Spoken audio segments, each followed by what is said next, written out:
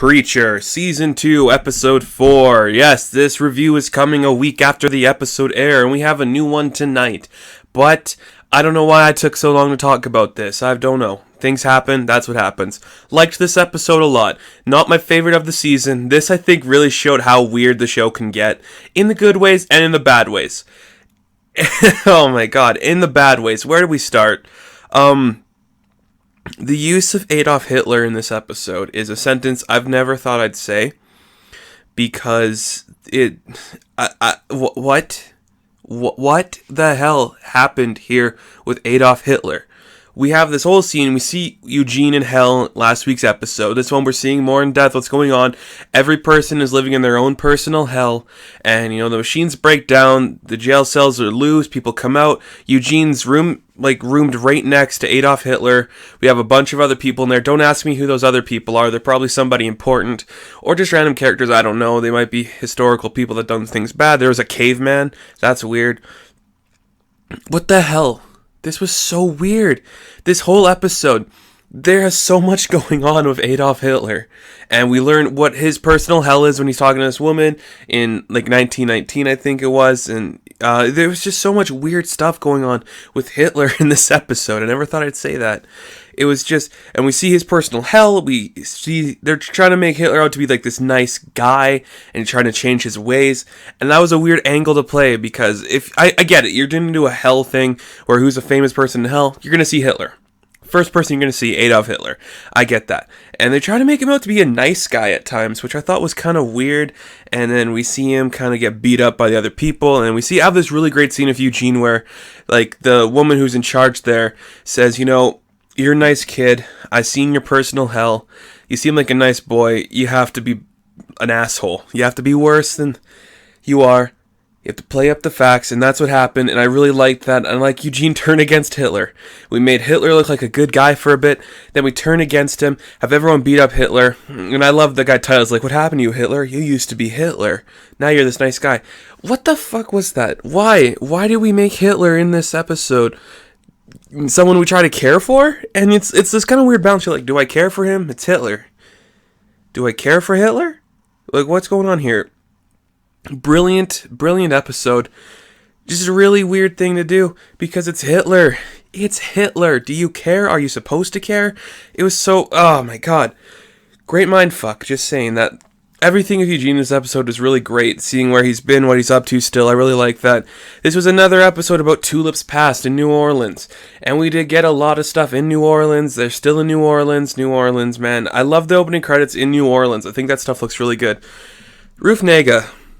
She just, there's something about her in this episode. I think I liked her more than any other episode so far, because we're seeing her past, we're seeing who she is as a person, and I really believed it. I really liked everything with her in this episode. The way she interacted with these old people she used to know, and she feels upset, she feels like she betrayed them, but she also feels like, she can still be friends. She's trying to connect with her old friends, like when those guys are playing cards, and she walks in and tells them he's going to cheat you out of the cards, and they just all ignore her. I thought that was very impactful. Very impactful. And when she meets the daughter of Victor? The little girl, and she spits on her. I was like, oh my god. They're doing so well with Tulip in this season. So well with Tulip. And I'm starting to really like Ruth Negga more in this performance, because she's just killing it and everything we've seen. This episode really was a Tulip episode again. We're getting so much good stuff with Tulip. It's so great. And I got Cassidy too. Cassidy is... They're all doing great. The three of them, they're doing great. This episode did not focus a lot on Dominic Cooper, and I just was okay with that. We had a big Dominic Cooper one last week. But Cassidy's relationship with Tulip I really like, because he cares about her. You can see he genuinely cares about her, and he wants her to be safe. And Tulip doesn't give a shit. She cares, but she's more invested in other things, and I love it. You can see Cassidy really likes her. He's really trying, and I just thought that was a great way. Every time he texted her, "Are you okay?" he wants her to be safe, and I loved everything about that. It was really unique, really great. Victor was an interesting character. I'll say that about Victor. Stereotypical at times, I do think, but that's not a big deal. You're doing a big crime boss like this, you can go a few ways. You go seriously hardcore, angry and aggressive and grunty, or you go lighthearted, fun guy who's charming but's going to kill you anyways.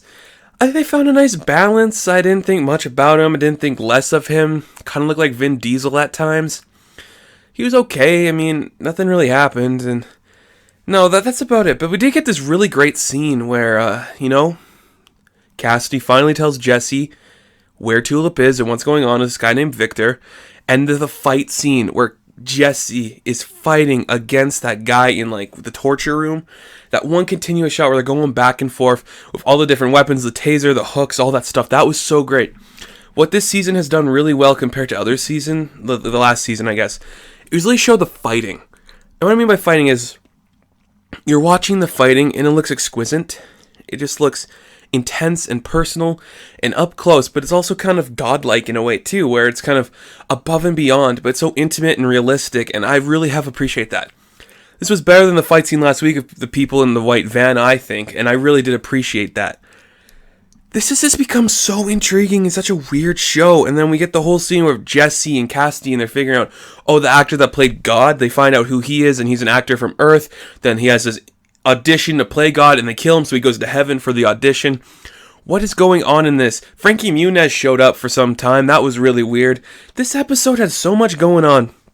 So much weird stuff going on. And just shows how weird this show can get. At times it might get too weird and you're really confused, but it all comes back full circle in a way. The whole thing of finding God, we're still on that. When we're learning more, we learned that there was an actor hired to play God because God was missing. We got this actor from Earth. We learned a little bit about Tulip's past and how she's married to Victor. That was a shocker, wasn't seeing that one coming. And we learned Adolf Hitler's kind of nice now. What is happening on this show? Like, there's so much weird shit. So much weird shit. It's been really fun, though, and this review is probably going to be shorter because it's been a week. I'll try to get next episode out earlier, but thanks for listening, guys, and stay tuned for the next review of Preacher. I'll catch you in the next one. Good luck.